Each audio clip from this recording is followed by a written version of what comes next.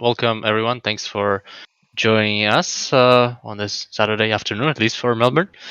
And we have Bilal Akil here with us, who was gracious enough to join and share his story of making games. I got to know Bilal when I was attending one of the meetups for the Sydney game dev community, and I saw one of the talks. So I'm quite excited for this one. And I guess short admin. So Bilal will give his presentation, and after that we'll get a chance to ask questions, any questions we like. So I think with that in mind, I'm happy to hand it over. Bilal, off you go. Cool. I'll just mention I can't see Discord when I've got my speaker notes. So if someone's waving their hand, it would help if Sergey, maybe you just call out to stop me from jabbering on. Sure, no worries. Alrighty, then let's jump into it. So yeah, I'm Bilal. It's nice to meet you all and be part of the community. And yeah, I'll be sharing my experience from AAA and indie in the form of 8 key lessons that I've chosen from 8 games that I've made. And just a quick intro, I'm Bilal and I'm a senior software engineer at Wargaming Sydney on one side, and also the founder and developer of an indie studio called Doodad Games on the other. So those are keeping me busy. And some quick notes before we get into it. I've actually worked on more than 8 games and I have a lot more than 8 lessons, but I don't want to talk all day and I want to spend a lot more time answering your questions. So I picked the kind of 8 big ones. And unfortunately, a lot of my wargaming work is NDA'd. It's on unreleased things, etc., etc. So most of the things I'll be discussing will be from my Doodad stuff. And the approximate format, I'll show you guys a game trailer and shut myself up to watch. And then I'll share some context around the lesson and the lesson itself, of course, and approximately with the better games for last. So let's jump right in with the first trailer.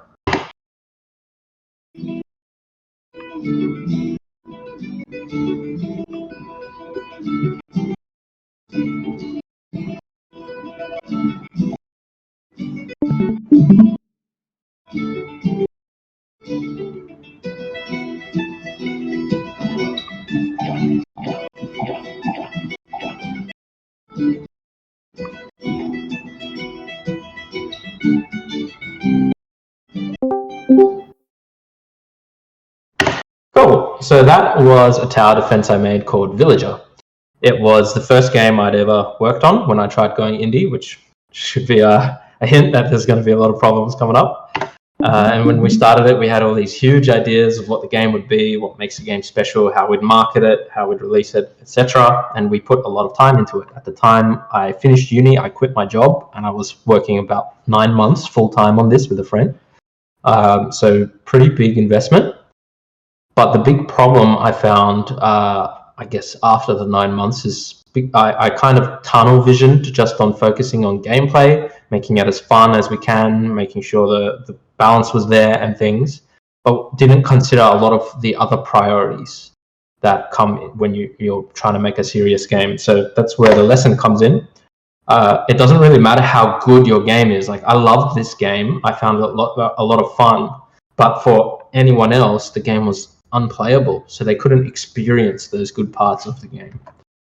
And that's because I didn't prioritize the face of the game. So that's the trailer, the screenshots, the way you sell it to people to get them to try your game in the first place. And I also didn't prioritize the onboarding and tutorialization that helps people enter that game the first few minutes to get on that journey and then find out how good it is. If you don't prioritize those, then people just won't play your game unless you like force them to, like I could with my friends. So there's lesson number 1, I guess. On to the next trailer. It's not autoplay.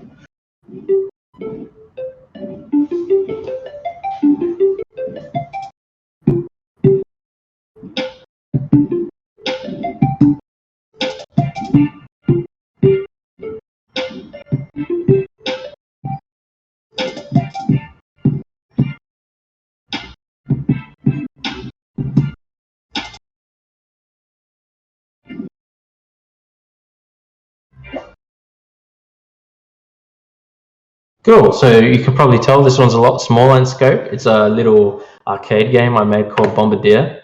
And the context around this is that I was kind of frustrated with the experience from Villager. At the time, I still hadn't released Villager.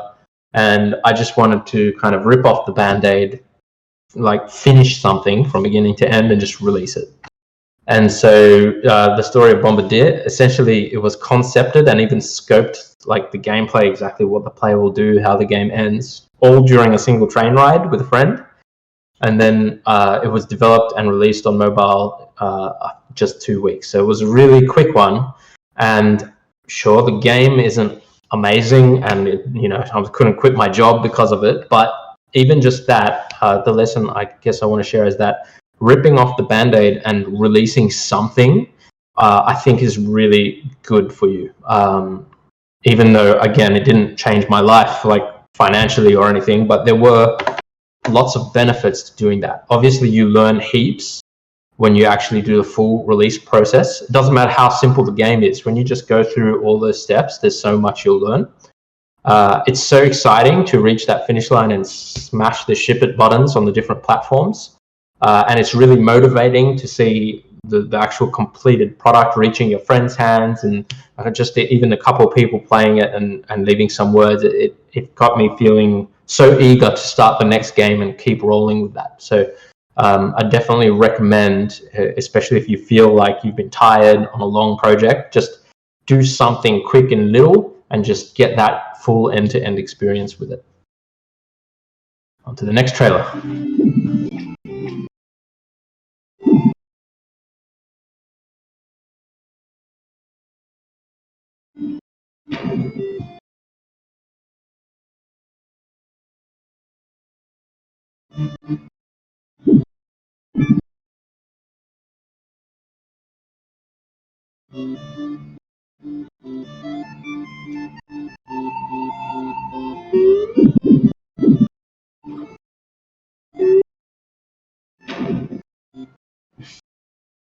So, Unit Tower is another tower defense. You can probably tell I like making tower defenses by now.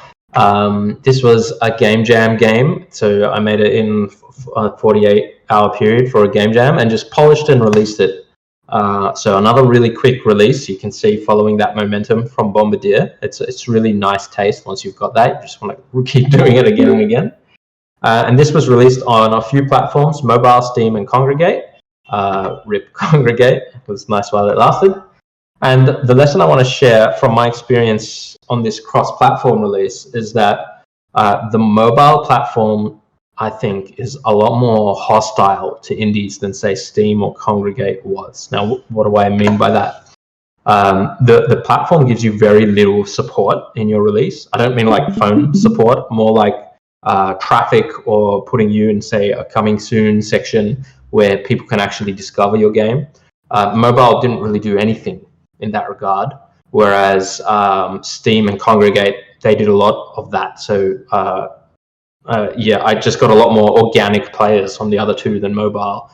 And if you really want to work on mobile, the competition is really intense PR and marketing wise, because they know that the platform's not going to help them much. It's all about fighting to get featured somehow, and the people doing that seriously, it's going to be really hard potentially for indies to compete with that unless you're going to invest heaps. And of course, if with a little game jam game like Unitower, you can't really do that. So this kind of ended up with me having a couple thousand or 3,000 players between Steam and Congregate, and less than 100 on mobile. So the difference was just enormous. And after this, I felt maybe I shouldn't focus on mobile too much with these kind of hobby games.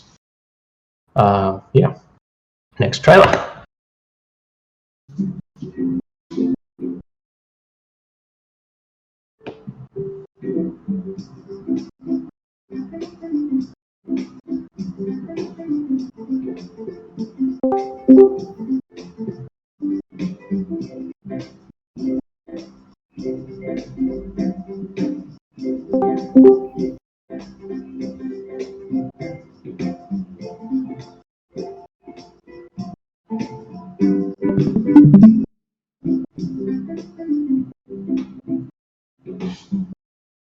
This is awesome. Thank you. So I think it looks adorable. Lonely Birds is a little puzzle game, again from a game jam, and the group of four, when we made this game, we were so thrilled with what we made, and the group decided we wanted to try to keep building on it and see if we can make some money selling it, commercializing it, etc. And I guess straight to the lesson, the experience there, this was my first time doing a full premium game. And it's really a very different market, and you need to come in with very different expectations of how you can get by in that market. And what that equated to for me, the game wasn't a hit, sure, but the result of failure was a lot more intense than if you were to fail with a free game, where the game ended up with practically zero players. So other than like friends and family who just essentially told, "Can you buy my game?" Pretty much no one else bought it. And so I came into this not really expecting it to succeed. I mean, I'm not exactly an optimist, but I didn't expect it to be zero. Whereas with all my free games beforehand, none of them were huge successes, but they all had players. So yeah, I guess the point here is that if you're thinking of going premium, it's probably not suitable if you're just doing it as a hobby. Unless if you want to do premium, you need to kind of approach it professionally, and take all the necessary steps to have a successful launch. And maybe that's not what you want for hobby development. And if it's just a hobby, it sucks if you have zero players. I think it's better to release free and get some players, and don't worry if you miss out on having 50 or $100 kind of thing. So that was I guess a harsh lesson. Anyway, on to the next one.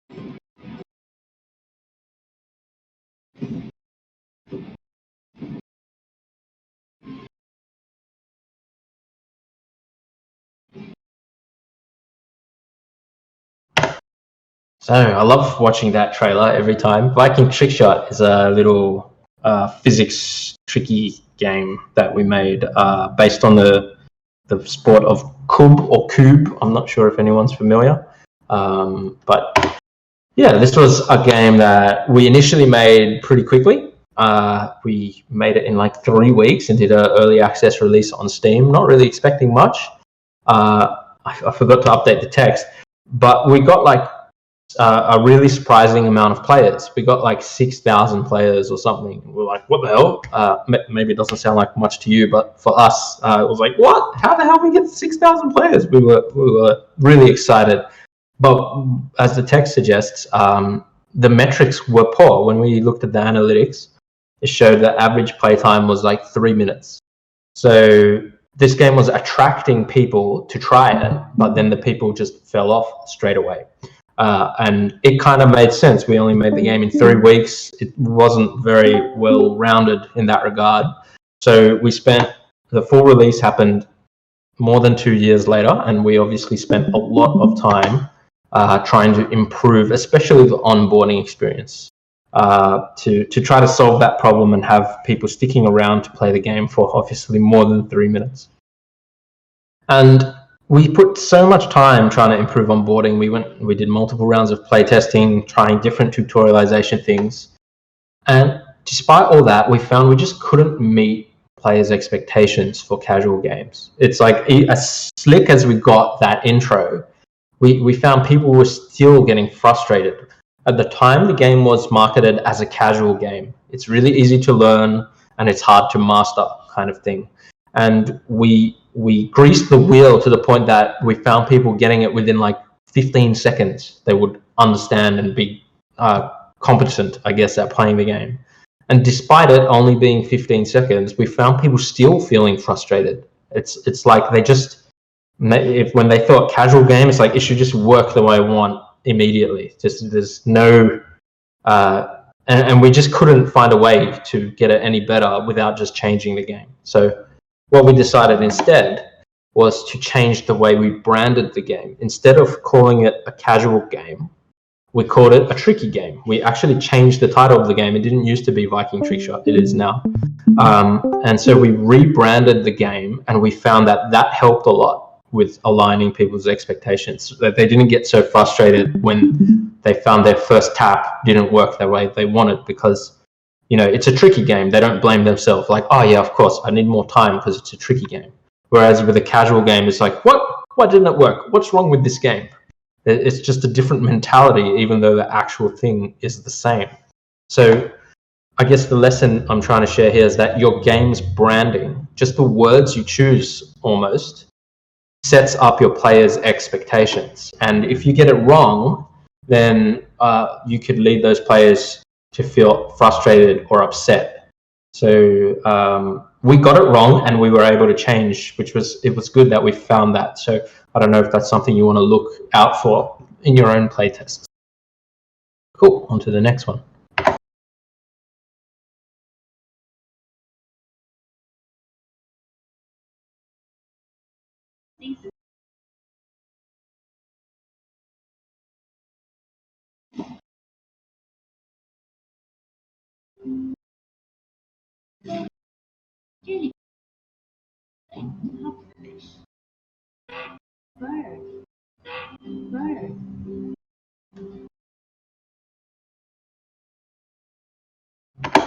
So you can probably tell this is a bit different. Sorry, what were you saying? Yeah, so I was just gonna say, because the sound sometimes breaks up, but basically the idea of this game is that when you click on an animal, it's gonna tell you in what it sounds like in a particular language. Yeah, Bilal. Right, maybe it was too quiet. Cool. Yeah, thanks for that. But yeah, you can tell this game's a bit different to the other ones, and I guess I've got a little 3-year-old. Well, he's just about 3, and I wanted to make a game for him, so quite a different change of track there. And this is I'm a Fish. So the thing I want to call out for context here, I set up this project and I tried to maximize the artist's creative freedom, so to speak. So I didn't, I don't know, maybe some of you already work like this, but in my past projects, I found that I was always a little bit involved, even like technically, like the prefab should be set up this way, and we want to make sure the outlines have the right thickness and all these little things, even though I'm not an artist, but I just wanted to try to make it consistent with the project. And for whatever reason, I told myself I had to be more involved in the past. With this project, I wanted to take a different approach and just leave it. So I spoke with the artist, and we decided what game we wanted to make. We decided what's going to be in it. We're going to have sharks, we're going to have turtles and jellyfish. And so I said, okay, that's what the game is. That's what's going to be in it. Now go nuts. It's all up to you what it looks like. And I just backed off completely, pretty much. And I hope you guys can relate. At least I think the result was pretty great. I think it looks really nice. And the workflow was great too. I mean, obviously it took less work from me because it's one less thing I was engaging in. But the artists themselves, they were more motivated, they were more experimental, and they ended up finding things which looked good. And just everything was kind of better just because I backed off and just let the professional do their thing. So the lesson, it might come as obvious to some people, but in case you were like me and maybe not, it's that a team will produce its best work when they're empowered to do so, not having someone hold their hand, stepping them through it. And so for some people, like it was for me, it could be a challenge, but you need to trust the people on your team and just let them work with their ability. You don't, instead of holding their hand. And I put an asterisk on the top because there's a few assumptions, like that these people on your team actually care about the game. Might be different if you're working with a contractor or freelancer. But if you've got a like-minded team who wants the best for the game, then finding a way to let them do their work to the best of their ability without you or someone else having to kind of guide them or something like that can really produce a better result for the whole game. Yeah, on to the next one.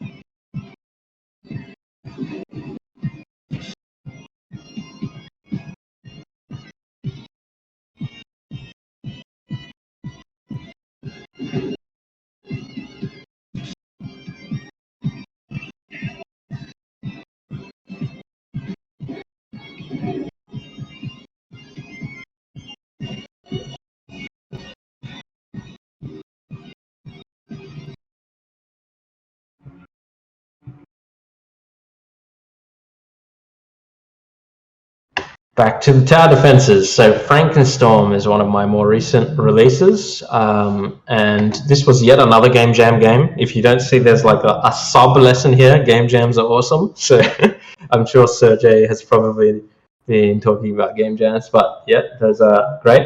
So this was a Game Jam game that we later expanded on. We worked a few more months and then successfully released, where, you know, successful is a relative term, but for me, it was definitely a successful release. It was still free, and it kind of blew us away with the response that it got.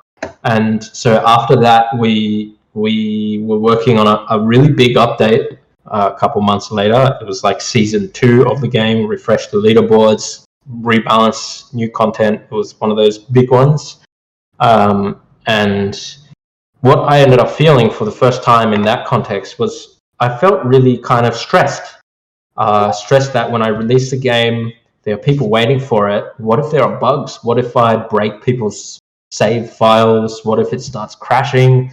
Is that going to get us a lot of bad reviews? And just all these problems because I wasn't confident that the changes I was making would be safe for the release players. And so the lesson is the stakes and intensity, especially around releases and updates, it's a lot higher when you actually have players, and that wasn't something I'd experienced before.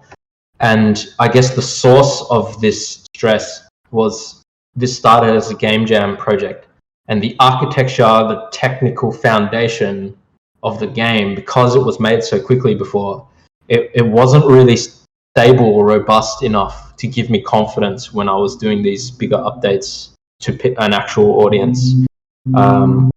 You know, it was just kind of a haphazard whatever I ended up with in those 48 hours, and then I stuck with that for a few months. That's not the best way to make a production quality game. And when you have people waiting for updates, it's like, it was really stressful. So that's just a point of interest in case no one's experienced that. Alrighty, on to the next and last trailer then, number 8.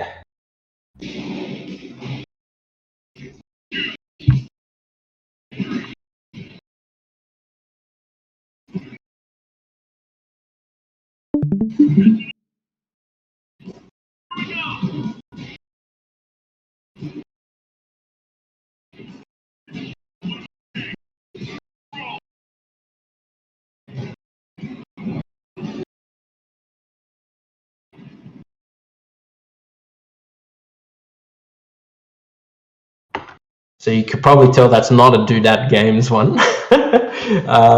This is World of Tanks console, and specifically the project I worked on was a game mode called Tank Commander within the World of Tanks console game.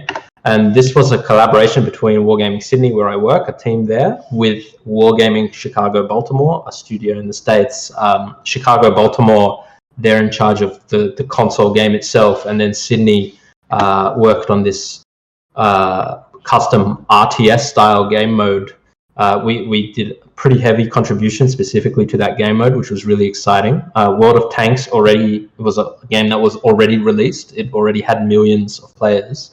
And then we added this new temporary game mode, which was really thrilling to see how people engaged with it. So that was a lovely experience. But the lesson I want to share from Wargaming, it actually comes from a different experience I had there, which I couldn't attribute to any single game. So just bear with me here. I call it my AAA versus indie realization. So the story is that within Wargaming, a prototype was being made. We had a prototyping team, and they were combining two genres of gameplay for this particular game. As a fake example, let's say tanks combat, our specialty, and as an example, roguelike deck building, another hot genre, and then what we're really good at and we already have players for. And the theory behind this prototype was that you take the two audiences, and this game would be attract the union of both of them. So it would end up with a much larger market share than the individual genres would have. And so they started making this game, and a couple months in, they stopped to do a user test. They ran some tests and found that actually this game didn't attract the union of the two. It attracted the intersection. So instead of all of both, it only got the people who liked both tanks games and roguelike deck builder games. And that market is probably smaller than either of the individual markets to begin with. So Wargaming thought that's not what we want to do. It was pretty effective that they could make this prototype and answer that question so quickly. So it wasn't exactly considered a failure. That was a successful experiment. It was just that the result was, okay, let's not go ahead with it.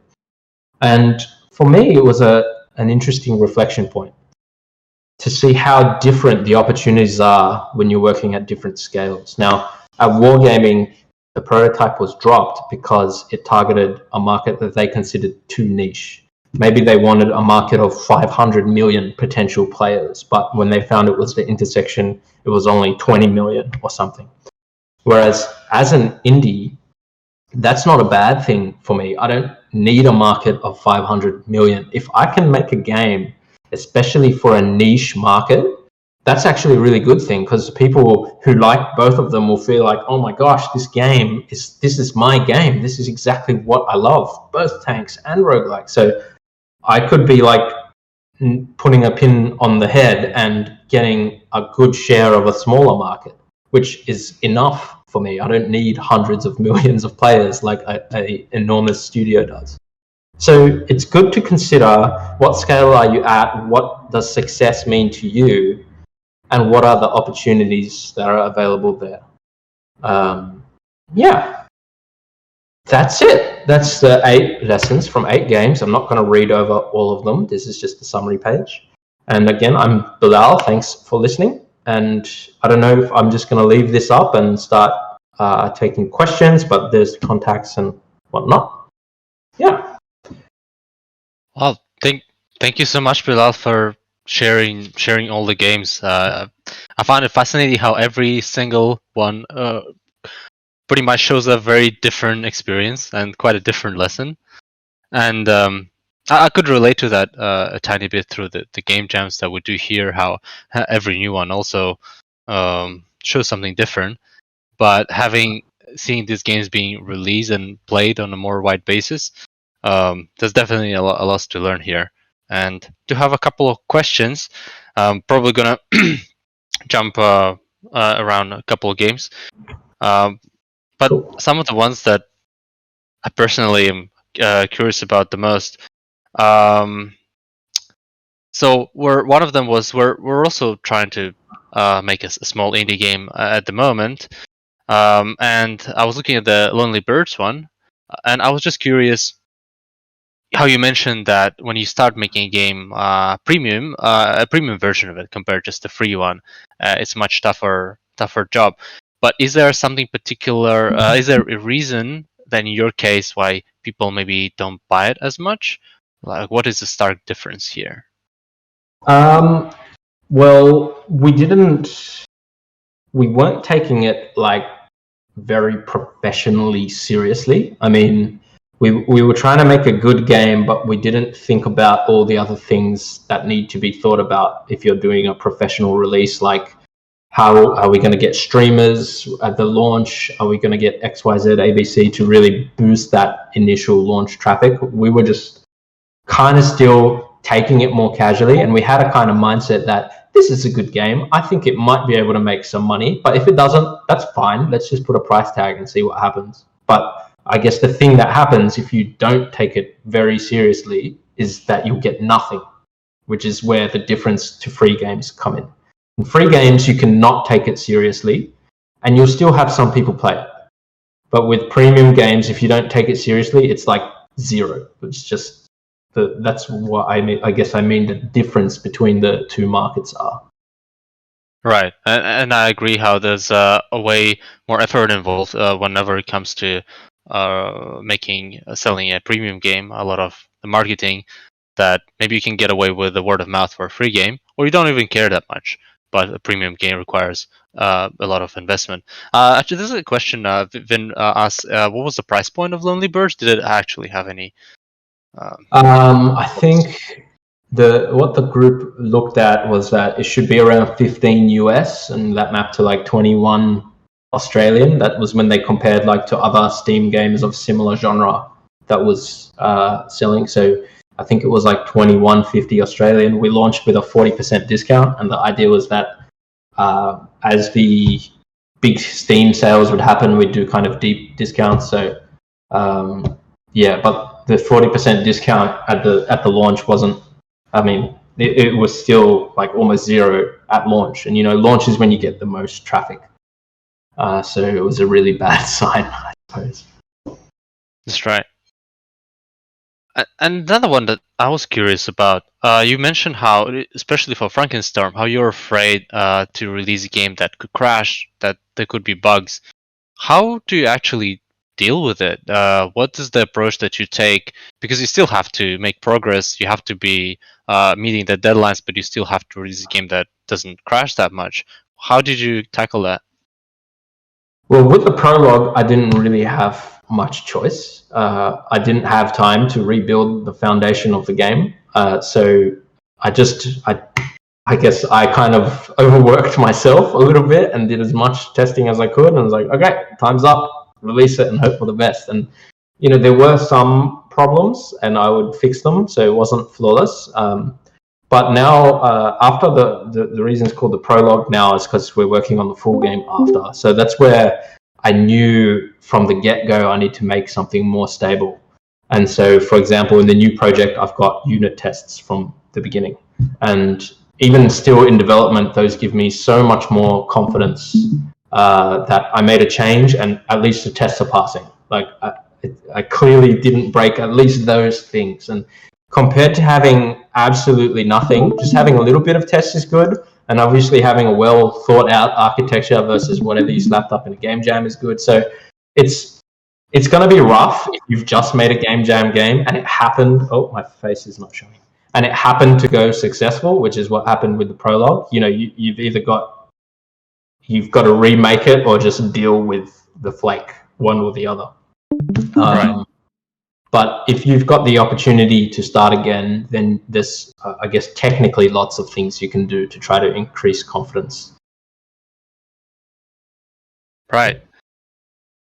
We have a question from one of the audience members. So for indie developers with the mobile game being difficult to crack the market, how does that compare with console games, for example, Marketplace? And I guess I'll also add on top of this, had a similar question because Unitower, you didn't find any support for in the mobile market for that one. But I've also heard that even for PC games nowadays, if you want to go to Steam, you have to bring your audience with you, and there is not much that you can get from the market. I wonder what your thought on this and comparison with the console games is. Okay, I guess flagging the console one first. Unfortunately, I've not got any indie experience on the console side. I've not released any indie games there. So I'm not too familiar with the challenges around user acquisition on that front. Although I am vaguely familiar with just the challenge of even being able to release on console. For example, trying to get a Nintendo Switch dev kit is like an arcane process where they might just reject you and they don't tell you why. It's like, what? So console has different kind of hurdles that you need to get over. And unfortunately, I've not got first-hand experience to share on that note, but it could be difficult just even getting your game on console at all, not to mention actually getting players to your game. So that's one thing to bear in mind. Now, regarding the second question of how you need to bring an existing market to Steam as well, I guess it depends on what success means to you. Now, I released Unitower. I'll use Unitower as the example on Steam. I didn't have any existing audience, and it got like 1,500 players in a month. And I didn't do anything, right? And for me, that was like, oh, sweet, that's awesome. I made this game in 3 days, and I got 1,500 players. Like, for me, that was sick. But again, it was a free game. If it was a premium game, it probably would have been dead on arrival. So there's the same kind of. It depends what the. Always it depends, I guess. But I found that Steam gives you a lot more seed traffic. In fact, all of the free games I've released on Steam have had players. Compared to mobile, I've released lots of things on mobile which had like nothing. So I've found Steam to consistently produce better results than mobile with for my like very casual things where I'm not putting a big PR attack, etc. So I've personally, I only release on mobile almost for myself now. So if I'm on the toilet, I can play my own games. Whereas I release on Steam for actual people to play. Right. I think it's worth noting the distinction between free and paid games on Steam. I think there might be more going your way for the free games. Paid ones probably a different story. Definitely. Paid ones is you see what happened with Lonely Birds. So, yeah. It's tricky. That's right. Anyone else have a question? Yeah, I have a question. So with Lonely Birds, that was the premium one, right? Yep. Okay. Did you find that you were getting many impressions with that? Was that something where the store was just maybe not showing your app to very many people? Or were there things that maybe you could have done to work on improving that? Or what do you think? Yep, so it wasn't getting very many impressions. If I compared it to, say, the Viking Trickshot launch, it was like 10%, even just of the impressions that Viking Trickshot got at its early access release. But then on top of that, the conversion rate wasn't great. So for the 10% of people who did see it, they didn't buy it. So there were problems all the way, I guess, through the pipeline.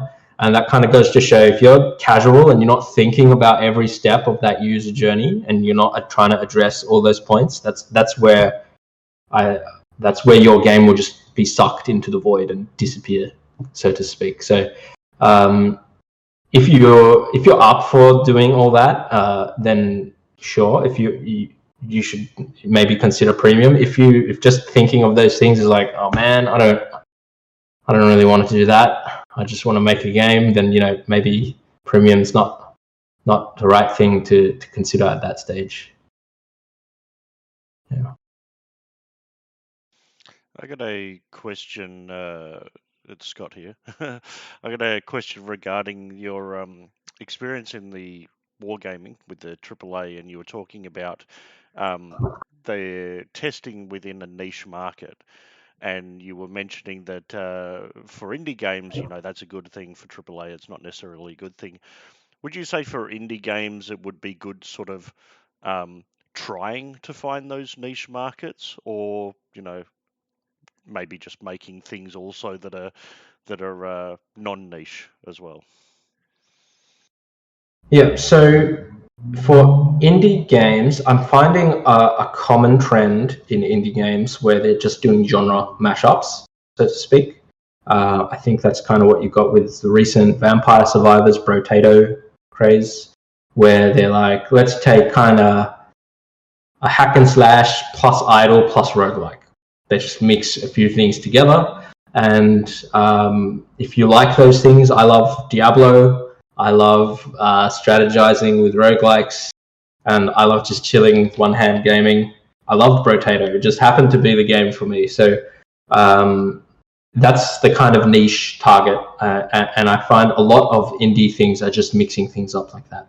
And those games, a lot of them can do well. I mean, survivorship bias, there's probably a lot that aren't doing well, but there's also a lot doing well. Whereas you won't find, or at least I can't think of many examples of a casual indie game kind of going huge. I mean, the closest you've got some like Stardew Valley, but I'm not sure what else. Like that's a lot harder to crack into because your game won't necessarily be super exciting for any individual if it's broadly good for lots of people. Whereas if you want to actually get those lots of people to play it, that's when you have to do a huge marketing attack or something. So you can think of when, say, Supergiant releases a game on mobile, which they want hundreds of millions of players. That's when it's casual. They have to do an enormous marketing attack just to even get it in front of people, to get people talking about it. And that's not a lot of the time an option for indies. So I think going casual is pretty hard. Whereas going niche, your game can kind of sell itself just to that niche, though. So yeah, if you can think of more examples of indies that have succeeded casually, I'd be curious, though. I haven't exactly ran the numbers. Just to jump on top of that, would you be in a better position trying to create a niche to be Vampire Survivors, or to try to use an existingly created niche, like being a clone or a copy into the niche that's just being created? So I'm not sure how the origin of Vampire Survivors would have started, but in my mind, there's a difference if you're inventing something completely new versus taking something that exists and twisting it. So if you're doing something completely new, it's always a challenge because no one's really sure about it. They don't have any past experience to compare to. They can't say, "Oh, I like this game, so I'll probably like that one as well." Whereas if you twist something, they can draw on that past experience. So like, oh, Vampire Survivors, I like this old idle battling game. This one kind of looks like it's got the same play style. I'll give it a shot. So being like absolutely brand new is really hard. But I've seen some games pull it off. I mean, an example, it's hard if you call this brand new, but there was a game I think a couple years ago called 5D chess with multiverse time travel. So it's like, absolutely, what did I just hear?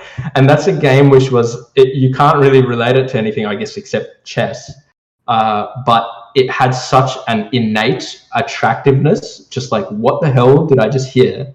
I need to find out more. That this game kind of just appeared out of nowhere and was suddenly a success. They didn't have a big marketing attack. They didn't have anything like that.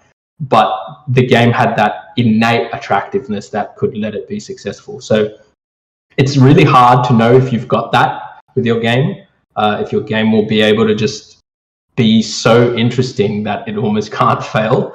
But I imagine that's really rare to happen. And I guess this kind of touches on one of the challenges I find in the game industry, especially now with Unity and GameMaker and all these tools that democratize the kind of game creation process. There's so many games being made and released that you'll be able to find, for any piece of advice, you'll be able to find a game that confirms that advice and another game that contradicts it. 2 releases that prove and disprove almost any piece of advice, just because so many games are released. And at the end of the day,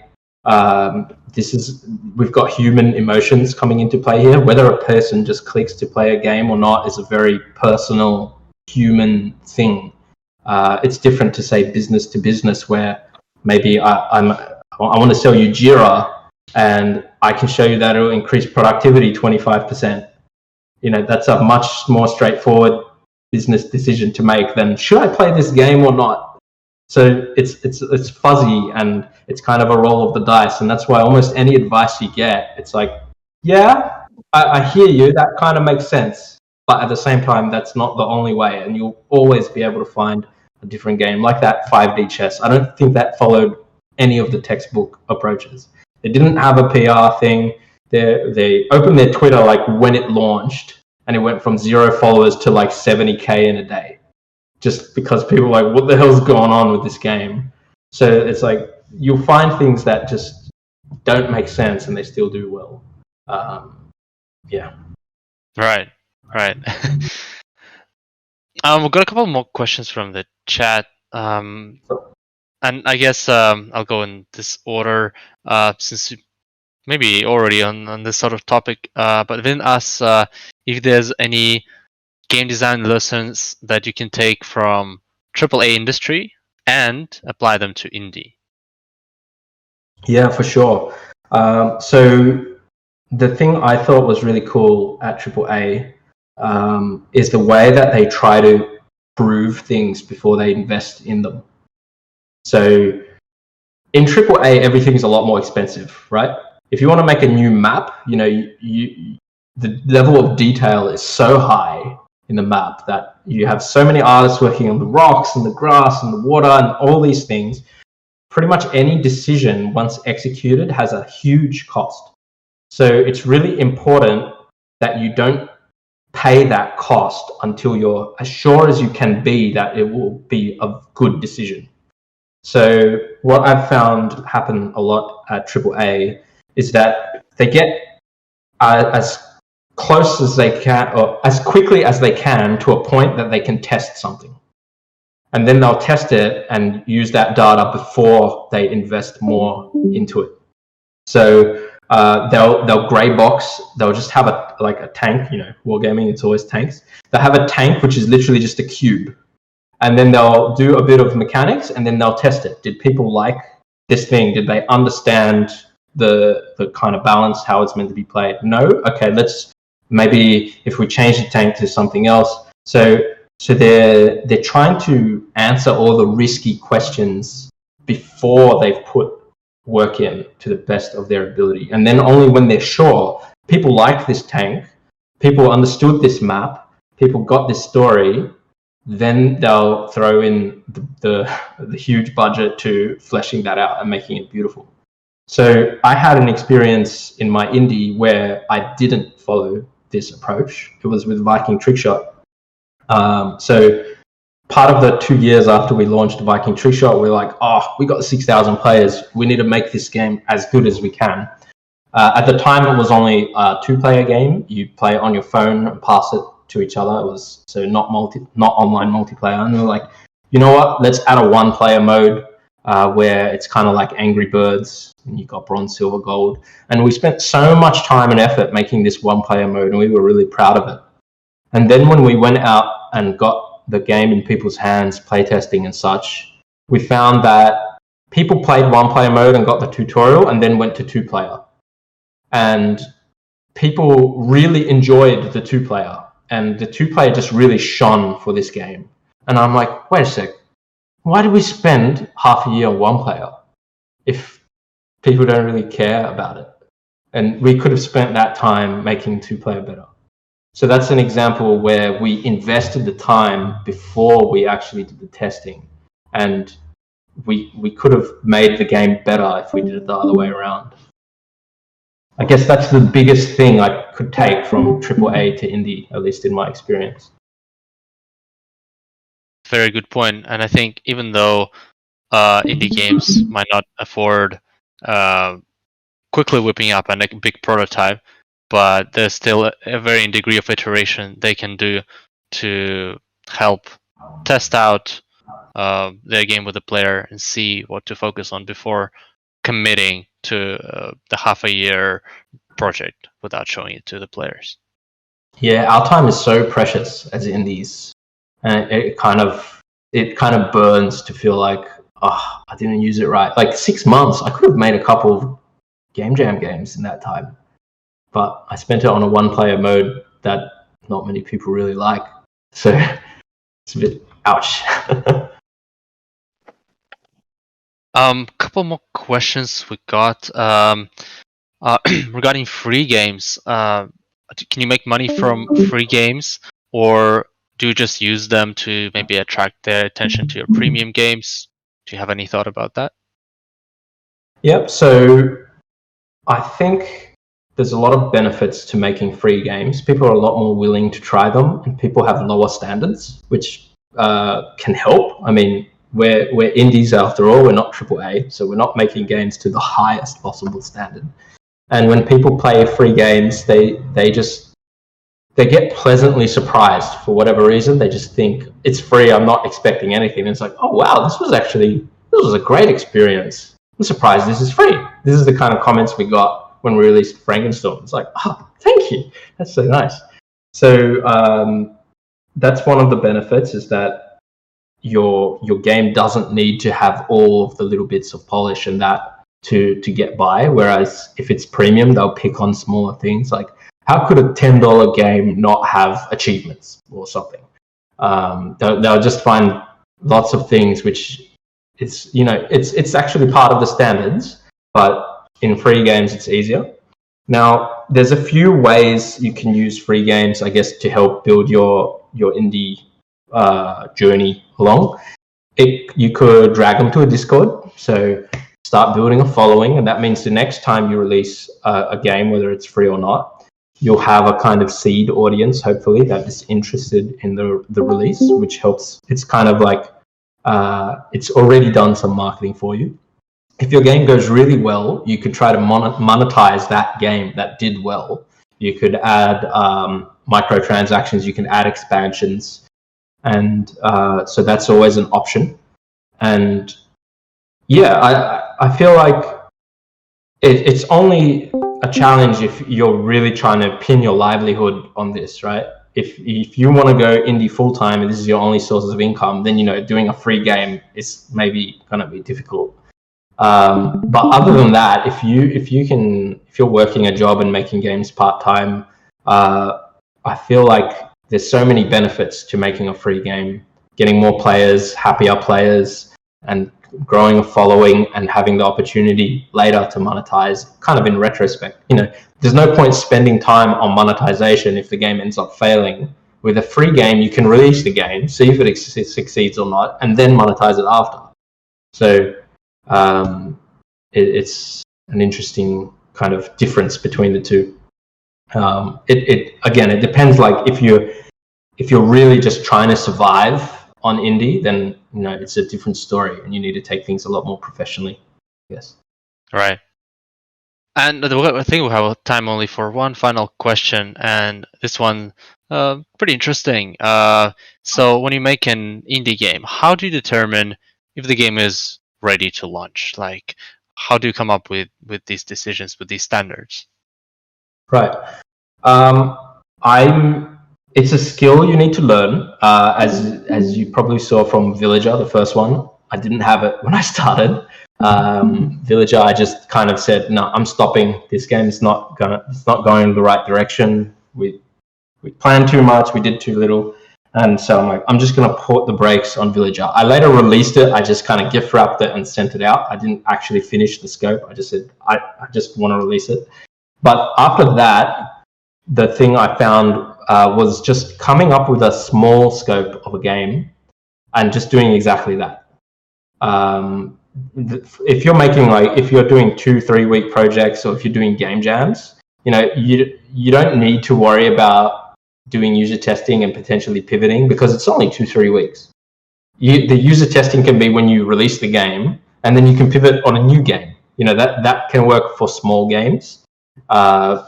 Game jams was a really great way to learn how to commit to a scope and deliver just that scope and release, because the time pressure from a game jam is like, if I don't do this, then we don't have anything.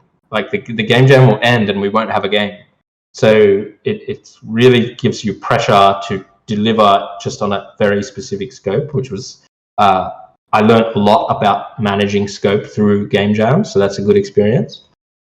with larger games, it's good to just have a vision and then break it down into smaller scope things and kind of get one step closer at a time.